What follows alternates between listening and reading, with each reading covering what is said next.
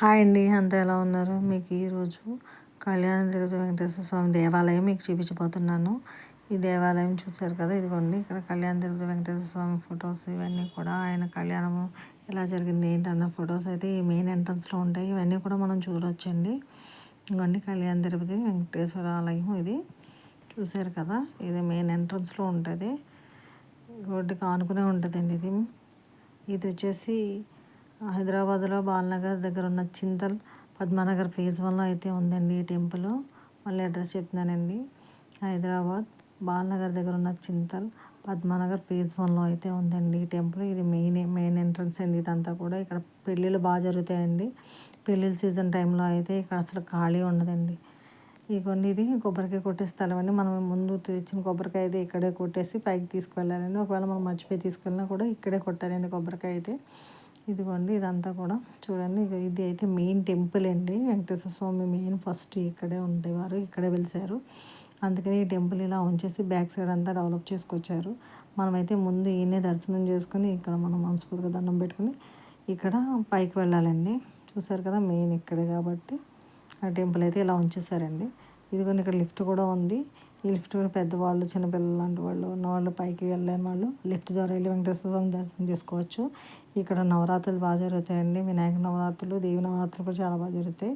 ఇప్పుడు మనం మెట్ల ద్వారా వెంకటేశ్వర స్వామి దర్శనానికి అయితే వెళ్తున్నాము. చూడండి, ఫస్ట్ ఫ్లోర్ అయితే ఎక్కాం. ఇప్పుడు సెకండ్ ఫ్లోర్కి ఎక్కుతున్నామండి మనం.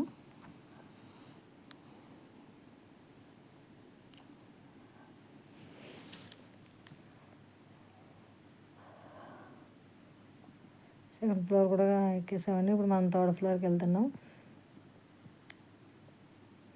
చూసారు కదా, థర్డ్ ఫ్లోర్ ఎక్కుతున్నాం మనం. థర్డ్ ఫ్లోర్ కూడా కంప్లీట్ చేసామండి. మనం ఫోర్త్ ఫ్లోర్ ఎక్కుతున్నాం.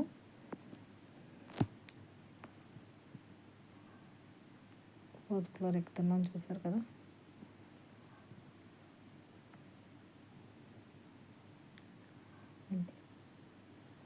ఇది ఫిఫ్త్ ఫ్లోర్ ఎక్కుతున్నామండి మనం. ఇప్పుడు ఫిఫ్త్ ఫ్లోర్ అయితే ఎక్కుతున్నాం. చూసారు కదా, ఫిఫ్త్ ఫ్లోరు.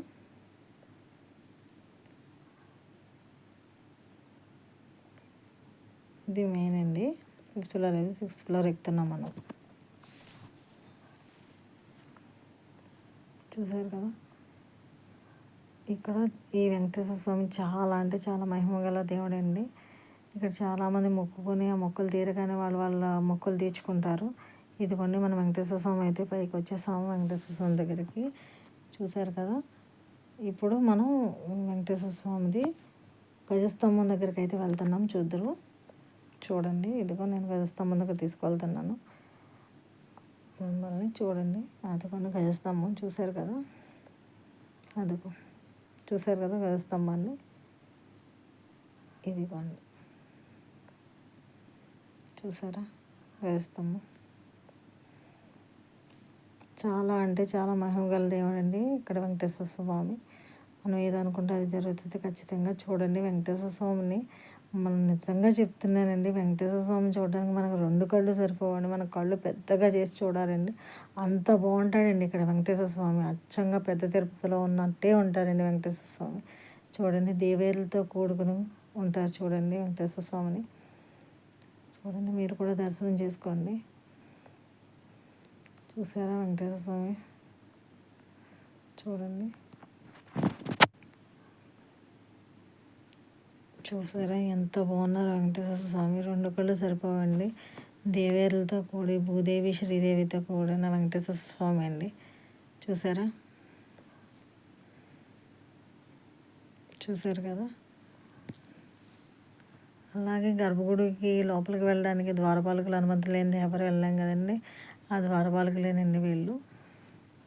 చూసారు కదా, గర్భగుడి పక్కనే అటు ఇటు ఉంటారండి వెంకటేశ్వర స్వామికి. ఇదిగో చూసారు కదా.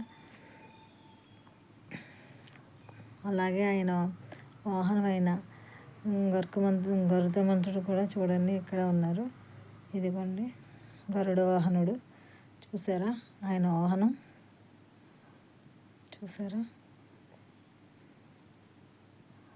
అలానే మళ్ళీ మనం వెళ్ళి వెంకటేశ్వర స్వామిని మళ్ళీ దర్శనం చేసుకుందాం. చూడండి ఎంత బాగున్నారంటే వెంకటేశ్వర స్వామి చెప్పండి, మీరే చెప్పండి ఎంత బాగున్నారు.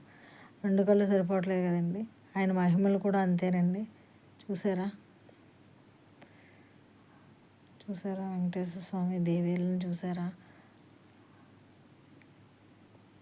ఆయన తలిచిన వెంటనే అన్నీ జరిగిపోతాయండి. అంత ప్రశాంతంగా మనం ఉంటామండి.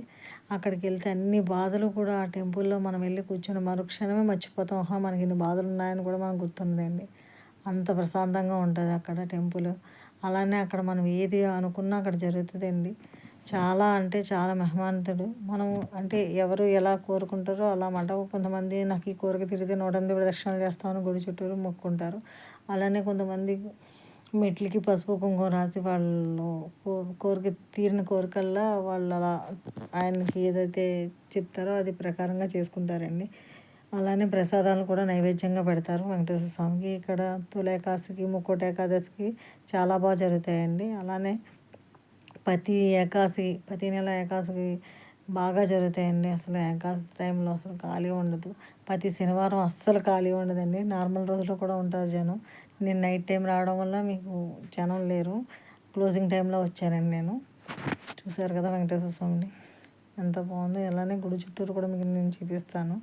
ఇవన్నీ ఇక్కడ గోవిందనామాలు రాసి ఉంటాయి, మనం ఇక్కడ ఉండి చదవచ్చు. అలానే ఇక్కడ సంగీత బృందం ఉంటుందండి. ఇక్కడ వాళ్ళు గోవిందనామాలు, విష్ణు సహస్రనామాలు ఇవన్నీ కూడా సంకీర్తనలు చేస్తూ ఉంటారండి. ఇక్కడ ఇదిగో గుడి చుట్టూరు మీకు చూపిస్తాను చూడండి. ఇదంతా చూసారా? చూడండి ఇదంతా కూడా వెనక సైడ్ అండి. ఇదంతా గుడి వెనక భాగం. ఇది వెనక భాగం గోపురం అది.